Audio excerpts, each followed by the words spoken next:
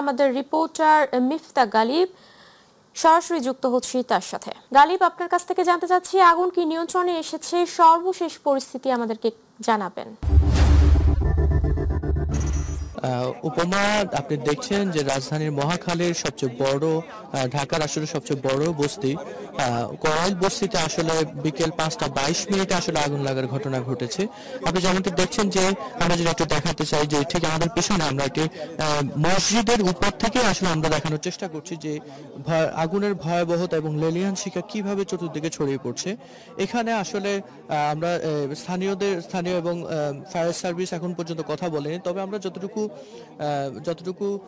এই জন্য তারা মূলত বলতে পারছে না যে আগুনের লাগার যে সূত্রপাত, এই সূত্রপাতটা আসলে কোথা থেকে হয়েছে। তবে স্থানীয়রা জানিয়েছেন যে এই টোটাল কোরাইল বস্তিতে আসলে গ্যাস সংযোগ না থাকায় মূলত অধিকাংশ বস্তিবাসী মূলত সিলিন্ডার নির্ভর।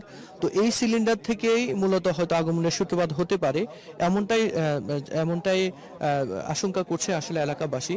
তবে আমরা পাশ দিয়ে আমরা মূলত এই যে জায়গাটাকে মূলত আগুন লেগেছে, এটাতে আসলে প্রবেশ পথ যেটি আপনি প্রবেশ খুবই সরু হওয়ায় আসলে ফায়ার সার্ভিসের টিমগুলো আসলে যেতে পারছে না। তো আমরা আসলে সর্বমোট জেনেছি প্রথমে 11টি ফায়ার সার্ভিসের 7টি ইউনিট প্রথমে কাজ করেছে, এরপর আরো 4টি ইউনিট বাড়িয়ে 11 ইউনিট বাড়িয়েছে। এখন কিছুক্ষণ আগে আমরা জানতে পেরেছি টোটাল সর্বমোট 17 থেকে 18টি ইউনিট আগুন নিয়ন্ত্রণের চেষ্টা করছে। তবে উল্লেখ্য হচ্ছে যে এখানে এই করাইল বস্তিতে প্রবেশ পথ, যে আনসার ক্যাম্পের যে প্রবেশ পথ, ওই প্রবেশ পথ দিয়ে কোনো ফায়ার সার্ভিসের গাড়ি আসলে প্রবেশ করার অবস্থা নেই। তো আমরা আমাদের যে পাশটাতে আমরা আছি, এই পাশটাতে ফায়ার সার্ভিসের টিম প্রবেশ করতে চাইলেও কিন্তু অনেকগুলো আসলে টিমই এখানে আসলে তারা ভিতরে প্রবেশ করতে পারছে না। মানুষজন আসলে রাস্তায় নেমে আসাতে কয়েক হাজার মানুষ আসলে মূলত রাস্তায় নেমে এসেছে, যার কারণে মূলত ফায়ার সার্ভিসের কয়েকটি টিমই মূলত এখন পর্যন্ত ভিতরে যেতে পারেনি। তো হ্যাঁ, আমরা এখন এই মুহূর্তে আমরা এখানকার স্থানীয় একজনের সাথে স্থানীয় একজনের মাধ্যমে আমরা জানতে চাইবো যে আসলে আগুনের সূত্রপাতটা কিভাবে হয়েছে এবং আপনি তখন কোথায় ছিলেন, আপনি যদি একটু বলেন। আগুনের সূত্রপাতটা হচ্ছে আমরা বিকাল 5:20 এটাকে আপনার করাইল বস্তি মানে করাইল বউবাজার জামে মসজিদের পাশে আগুনটা লাগছে। আমরা করাইল বউবাজারে কাঁচা বাজার করতেছি, ওই সময় টাইম হচ্ছে আপনার বিকাল 5:20। আমরা শুনতে পাচ্ছি যে গ্যাস সিলিন্ডার বাস্ট হইয়া ওই মসজিদের পাশে যে খাবারের যে হোটেল ছিল ওইখান থেকে গ্যাস সিলিন্ডার হওয়ার পরে আগুন লাগছে শুনছি।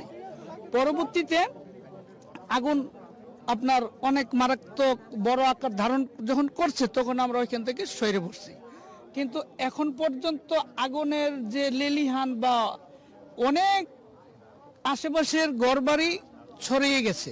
আচ্ছা, আপনি কি এখন পর্যন্ত কোনো হতাহত আপনার পরিচিত বা কারো ব্যাপারে কি শুনেছেন কি হতাহতের ঘটনা হয়েছে কিনা, এরকম কিছু শুনেছেন? হতাহতের ঘটনা অলরেডি 40 থেকে 50 জনের খবর পাওয়া গেছে। আমাদের যে আরো লোকজন এখানে থাকে তাদের মাধ্যমে জানতে পারলাম, কিন্তু নিহত হওয়ার খবরটা এখনো পাওয়া যায়নি, কিন্তু সম্ভাবনা নিহত 2-4 জন হইতে পারে। আচ্ছা উপমা, আপনি যেমনটি দেখছেন যে আসলে এখানকার একজন স্থানীয় বাসিন্দাই আসলে জানাচ্ছেন যে এখানকার আসলে ভয়াবহতা জানাতে যাচ্ছেন। আমি যদি একটু বলি যে ঠিক বস্তির ঠিক এদিক থেকে ঠিক ডান পাশটাতে বউবাজার নামক একটি বাজার আছে, যেখানে আসলে কয়েকশো দোকান আছে, কাপড় দোকান সহ কয়েকশো দোকানই আছে। আবার ডান পাশটাতে একটি মসজিদ, একটি মাদ্রাসা সহ আসলে কয়েকটি স্থাপনা আসলে আছে। তো এখানে এই যে বাজারগুলো, এই বাজারে অলরেডি আগুন লাগা শুরু হয়েছে, বাজার পর্যন্ত আসলে ছড়িয়ে গিয়েছে। তো আসলে স্থানীয়রা আশঙ্কা করছে যে এই বাজারের কারণে আসলে অনেকেই অর্থনৈতিকভাবে ক্ষতিগ্রস্ত হবে। আর যেমনটা আমরা বলতে চাই যে এখানে আসলে প্রত্যেক ঘরে আসলে মূলত সিলিন্ডার এবং কাঠ জাতীয়, এবং একটি ঘরের সাথে অন্য ঘর আসলে একেবারে লাগোয়া হওয়ায় আসলে আগুনটা খুব দ্রুত ছড়িয়ে পড়ছে। আপনি যেমনটা দেখছেন প্রথমে আমরা এখানে আমরা যখনটাতে এসেছি তখন এটা প্রায় অর্ধেক পরিমাণ ছিল, এখন সেটি বিস্তৃত হয়ে ঠিক বাম পাশটাতে অনেকটুকু ছড়িয়ে পড়েছে, এবং কিছুক্ষণ পরপরই আসলে আমরা একটু বাস্ট হওয়ার আসলে ঘটনা দেখতে পাচ্ছি। তো এখানে আসলে ফায়ার সার্ভিস ফায়ার সার্ভিস আসলে রাস্তা আসলে সরু হওয়ার কারণে তারা আসলে কাজ করার যে সুযোগ, এই সুযোগটা আসলে প্রপারলি পাচ্ছে না। তো উপমা এই ছিল এখনকার মতো রাজধানী মহাখালী কড়াইল বস্তি থেকে আসলে আগুন লাগার পরিস্থিতি। আমরা পরবর্তীতে আমরা আরো হয়তো জানাতে পারবো আপডেট কিছু আসলে। উপমা। গালিব, আপনাকে ধন্যবাদ। দর্শক, ঢাকার কড়াইল বস্তি থেকে আমাদের সাথে সরাসরি যুক্ত ছিলেন আমাদের সহকর্মী মিফতা গালিব, জানাচ্ছিলেন সেখানকার ভয়াবহ আগুনের ঘটনা।